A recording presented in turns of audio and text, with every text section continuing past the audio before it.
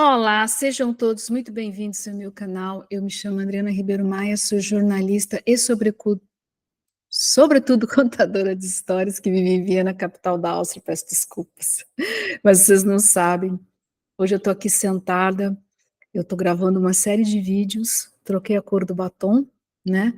Porque a gente vai, no mês de agosto, estar no Brasil e não vou, né, vai ser difícil gravar vídeos, então estou, inclusive, colocando algumas pautas atrasadas em dia, como essa que a gente vai trazer no vídeo de agora, que é uma análise sobre a eleição do Parlamento Nacional aqui na Áustria, que está marcado para o dia 29 de setembro. Mas antes que eu continue, aqueles recadinhos típicos de YouTube.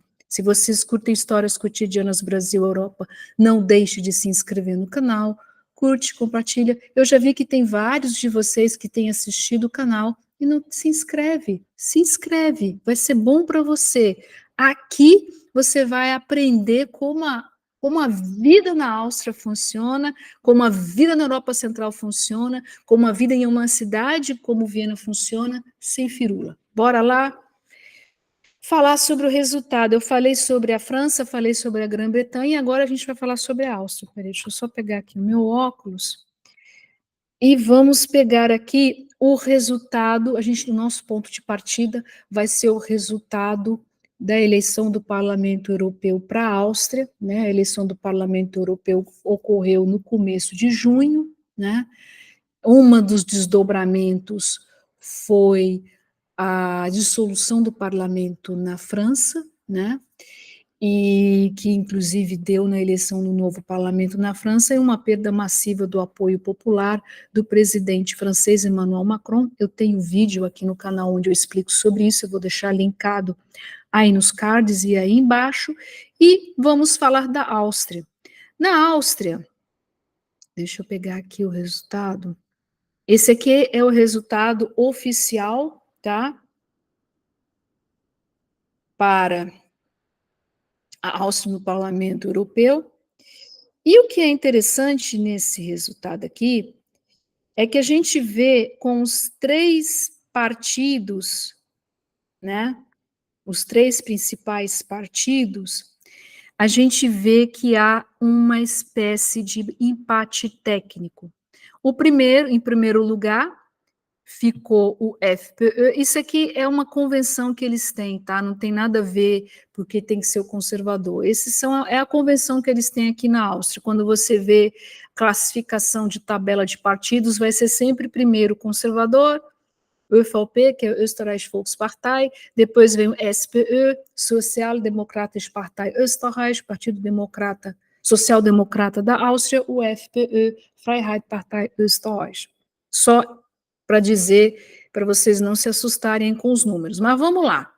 A gente vê aqui, com exceção, esse pontinho vermelho aí no meio, é o SPÖ, são os sociais-democratas, inclusive o prefeito Michael Ludwig é do partido do SPÖ, e aqui esse pedacinho vermelho é o estado do Burgenland, que inclusive é governado também por como é que chama? Um governador do SPÖ, que é o Hans-Peters Doskozil. Vamos lá, o que a gente vai analisar aqui? A primeira coisa é que você observa muito bem que a Áustria inteira está para a direita, né? E bem interessante que há um empate técnico entre os conservadores, o ÖVP, e entre o pessoal da extrema-direita, porque 24,5% dos votos e 25,4%, isso aí é empate técnico. E isso é muito interessante porque pesquisas indicavam que o FPÖ estaria até 4 pontos de diferença em relação ao ÖVP, entre os conservadores. E muito interessante também, justamente na noite que saiu o resultado da eleição para o Parlamento Europeu para a Áustria, o cabeça de lista do FPÖ, do pessoal da extrema-direita, que é o Harald Wilimski, ele mesmo disse, ele deu uma declaração que é muito interessante, que ele disse assim: nós não atingimos a barreira dos 27%. O que ele quis dizer com isso? Que eles não conseguiram a maioria absoluta, e outra coisa que ele quis dizer com isso, que há fortes probabilidades deles não conseguirem chegar em primeiro lugar. E no fato aqui, a gente está vendo que é muito. Aí você deve estar falando assim, mas Adriana, esse aqui, o SPE, né? Esse pontinho vermelho aí é muito pouquinho. Por que de repente tem 23,2%? Eu vou explicar para vocês, porque isso é Viena. Viena é a capital, tá? A capital da Áustria. E aqui há uma concentração de mais de 2 milhões de habitantes. A Áustria atualmente conta com algo como 9 milhões de habitantes. Eu estou dizendo apenas isso para que vocês entendam. E os sociais-democratas aqui em Viena governam a cidade desde o fim da Segunda Guerra Mundial, e eles têm o poder deles concentrado nos apartamentos sociais, tá? 60% da cidade de Viena, ou dos vienenses, moram nesses apartamentos. E eles continuam firme e forte. Se vocês perguntarem para mim, não vai haver nenhuma diferença na eleição do Parlamento Nacional, eles vão se manter estáveis. Bom, e aí vem a pergunta número 1, por que na Áustria a extrema-direita, ou o FPÖ, está em primeiro lugar nas intenções de voto? Isso se dá por conta da insatisfação popular. Se você fala alemão, você vai encontrar vários textos, e vários bons textos, inclusive, falando sobre o que eles chamam de voto envergonhado. O voto envergonhado é o quê? É aquela pessoa que não se, que tipo assim, ela não vai, ela é perguntada ou ela é abordada por algum instituto de pesquisa, e ela não diz que ela vai votar na extrema-direita porque ela tem medo de ser taxada, né? Até por um lado, até com uma certa razão, porque se a gente for olhar na história, a gente vai ver o que o pessoal da extrema-direita fez, né? E realmente é muito complicado. Mas isso está muito relacionado à insatisfação popular, que a gente já falou em alguns vídeos aqui, relacionados lá atrás, à pandemia de Covid-19, a quebra das cadeias de economia, né?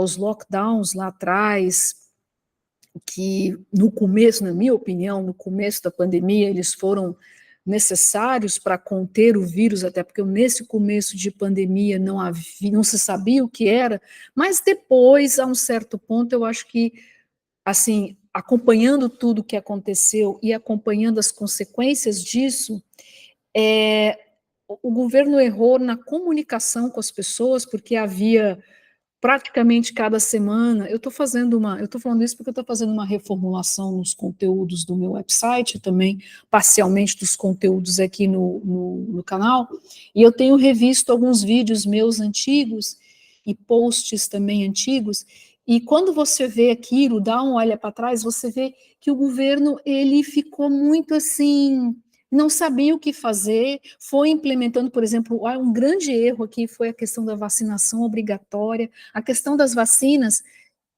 Eu sou a favor das vacinas, mas a maneira como isso foi feito, de uma forma não transparente, foi muito complicado também.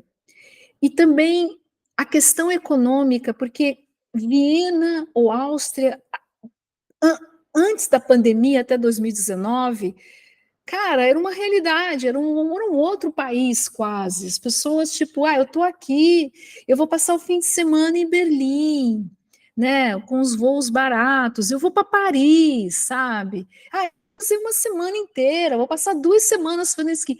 Havia, assim, um volume de dinheiro circulando, e de repente, e não havia problemas econômicos desde o fim da Segunda Guerra, desde que houve o boom da economia, que foi lá na década de 60. Bom, teve a crise do petróleo na década de 70, mas não foi assim um negócio tão brabo como foi com a pandemia de Covid-19, onde muitas pessoas perderam a sua existência.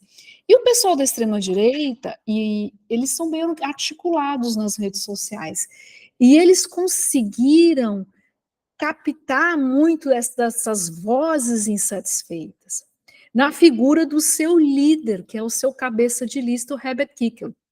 Herbert Kickl, presta atenção que eu vou falar aqui para vocês, e você que está aprendendo alemão, eu sugiro que vocês escutem ele, com a perspectiva de prestar atenção no que ele está falando. E ele é muito bom em retórica.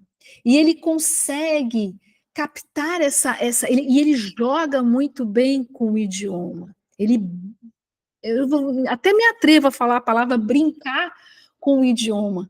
E isso ele conseguiu reverter muitos votos para a extrema-direita. Outro ponto que pesou e ainda pesa até hoje é a questão dos protestos do pessoal do Partido Verde. Em 2019, quando teve a eleição do Parlamento Europeu e do Parlamento Nacional, que aqui na Áustria quase que bate um com o outro, estava começando o que se chamava Fridays for Future, que é esse movimento que foi criado pela neste momento, estudante sueca Greta Thunberg, aonde as sextas-feiras, agora eu não me lembro, acho que a cada uma sexta-feira por mês, os estudantes iriam para as ruas para protestar a favor do meio ambiente. Até aí, tudo bem, pelo menos não vi nenhum problema. O lance é que isso foi se radicalizando ao longo do tempo, através de... Inclusive, eu gravei um vídeo, inclusive eu convido você para assistir a playlist da história dos partidos políticos na Áustria, e eu falo sobre isso, que é o movimento Letzte Generation, a última geração, que eles começaram a fazer protestos assim, jogando tinta em cima de quadros famosos, se colando com cola super bond, nas entradas, por exemplo, aqui em Viena, nas principais entradas da cidade de Viena, às 8 horas da manhã, causando congestionamento, ou fazendo protestos nas autopistas. Então, tipo assim... peraí, deixa eu ver aqui. Então, tipo assim... Peraí, deixa eu voltar para mim. Pronto. Então, tipo assim... como é que eu posso dizer isso? Então, tudo isso, eles reverteram essas vozes dessa forma, esses votos.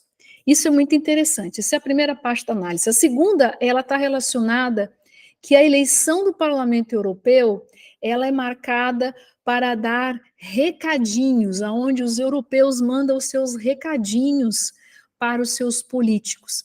Por isso que muita gente...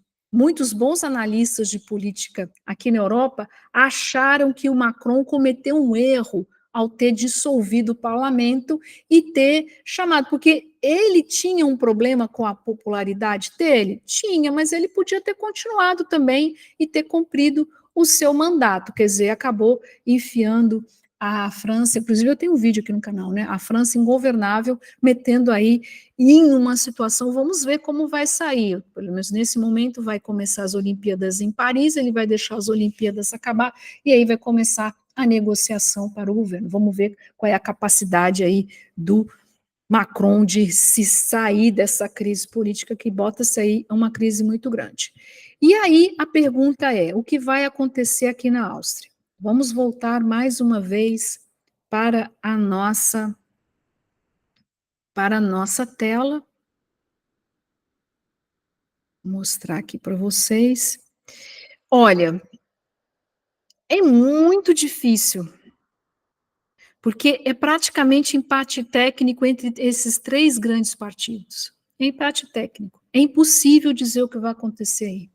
E vou dizer mais, agora estamos quase no fim de julho, começo de agosto, é o alto verão aqui na Europa, não vai acontecer nada, pelo menos eu acho que não vai acontecer nada, não vou bater o martelo, mas eu acho que muito difícil vai acontecer alguma coisa. A campanha, ela só vai realmente esquentar, vai ser lá para o finzinho de agosto, começo de setembro, aí sim o negócio vai pegar fogo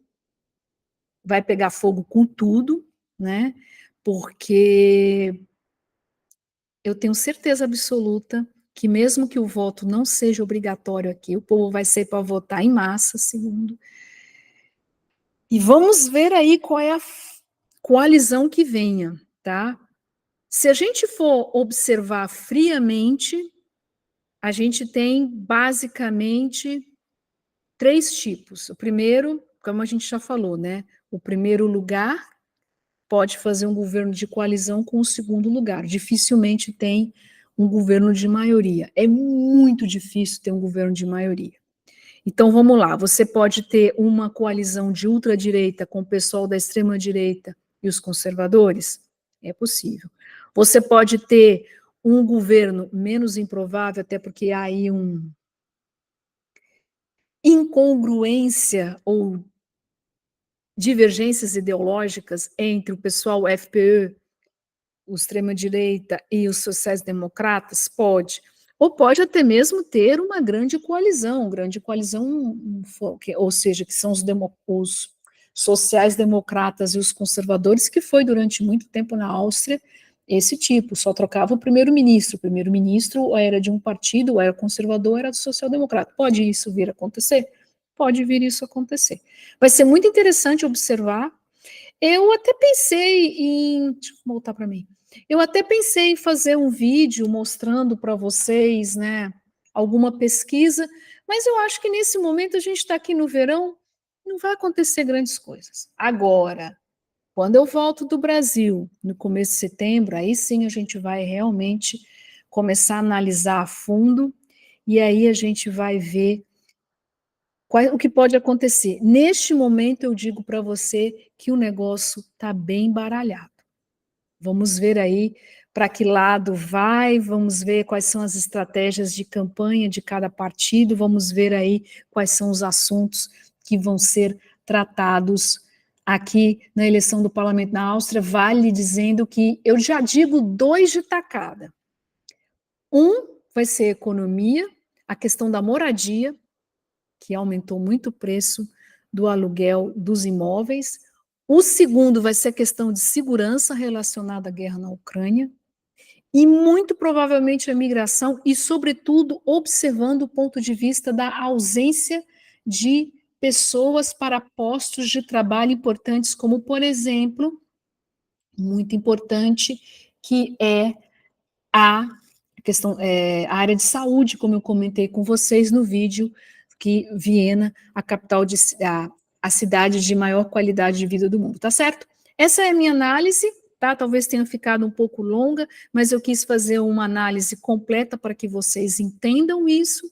A gente vai voltar a esse assunto seguramente no começo de setembro, onde a gente vai estar acompanhando a eleição do Parlamento Nacional aqui na Áustria, que está marcada para o 29 de setembro.